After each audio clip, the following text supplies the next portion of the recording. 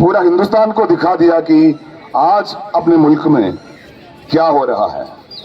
कर्नाटक में एक कॉन्स्टिट्यूएंसी है जिसका नाम है बेंगलुरु सेंट्रल। वहां पे 7 असेंबली सेगमेंट मौजूद है।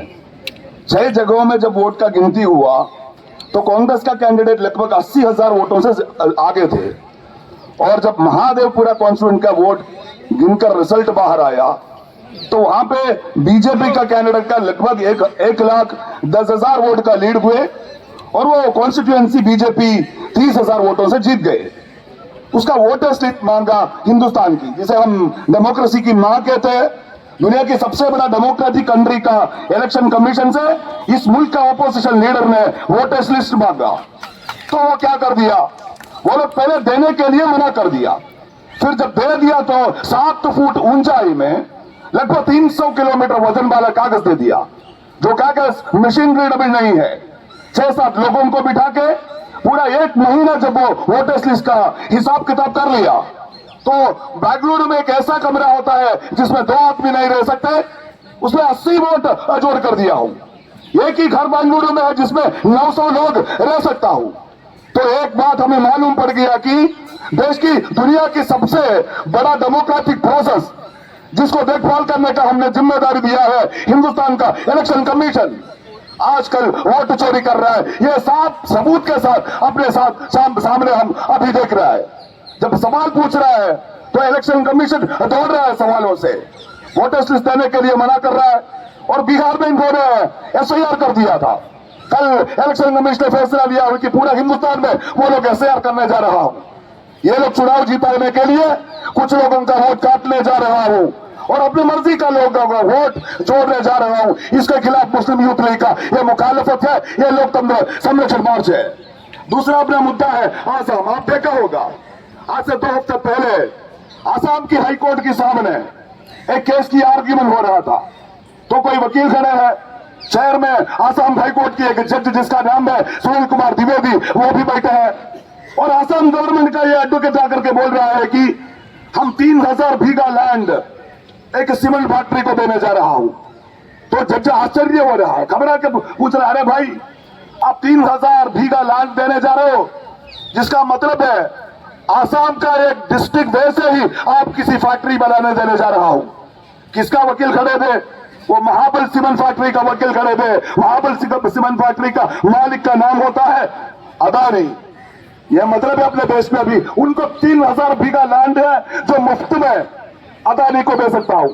दूसरी जगह आप उसी आसाम में देख लो, जो लोग प्लास्टिक बांध करके उसके नीचे बीच रहा हूं, जी रहा हूं, उससे अपना मकान छीन रहा है, उससे अपना जमीन छीन रहा है, उसे कागज पूछ रहा है। अगर वो कागज दिखाएगा तो उसको भी तोड़ के फेंक के उन लोगों को बुलडोजर से अपना घर तोड़ के उसको गली में फेंकते जा रहा हूं। एक जहां आपके पास हजारों एकड़ लैंड है जो मुफ्त में आप अदानी को दे सकता हूं, उसी स्टेज में दूसरी जगह आप गरीब लोगों का जमीन छीन रहा है, बुलडोजर चला रहा है।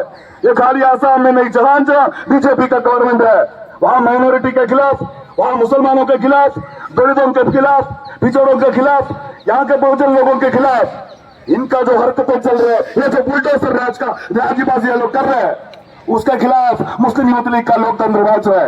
यहाँ पे जितने भी यूथ लीग का कार्यकर्ता मौजूद है, मैं एक बार भी बोलना चाहता हूँ।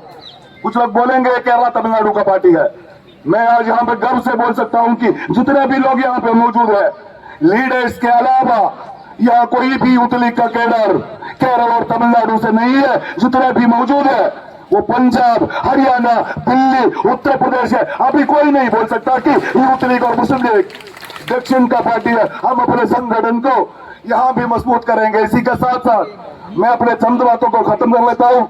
अपना ये जो प्रोटेस्ट है उसको इनाग्रेट करने वाला ईटी मोहम्मद बशीर साहब है, जिसको देखकर हम खुद को नौजवान बोलने में कभी शर्मिंदा हो जाता है। इस उम्र में भी देश की कोने कोने में जहां मुसलमानों के खिलाफ और पिछड़े लोगों के खिलाफ अत्याचार होता है, उसकी खबर सुनते ही एक नौजवान के जज्बे से वहां पे भाग के चलता है। अपना ईटी मोहम्मद बशीर साहब यहाँ पे मौजूद है, आप सबके सामने मैं उसका इस्तेमाल कर देता हूँ।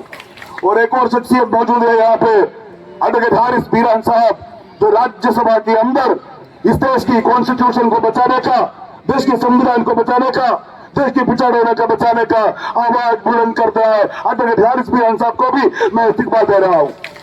और थोड़ी देर में एक और शख्सियत हमारे बीच में आ रहा है। कोई सच बोल सकता है, कुछ लोग गा भी सकता है। एक शख्सियत ऐसा है जो सच बोल भी सकता हूं और सच गा भी सकता हूं, जो झूठों की माथों पे सच्चाई लिख लेता है, जो नफरत की बातों पे मोहब्बत लिख देता है। उस शख्सियत का नाम है इमरान प्रताप करी साहब। वो भी थोड़ी देर में अपने मंच पे मौजूद होंगे। हल्का लंबा आएंगे, हम अपना प्रदर्शन को आगे ले जा रहा हूं। इसी के साथ साथ यहाँ पे जितने भी इंडिया गठबंधन के युवा लीडर्स मौजूद है, सब कॉमरेड्स को, सब साथियों को मुस्लिम यूथ लीग नेशनल कमेटी की तरफ से सलाम देते हुए मैं अपने चंद बातों को खत्म कर दे रहा हूं। अस्सलाम वालेकुम।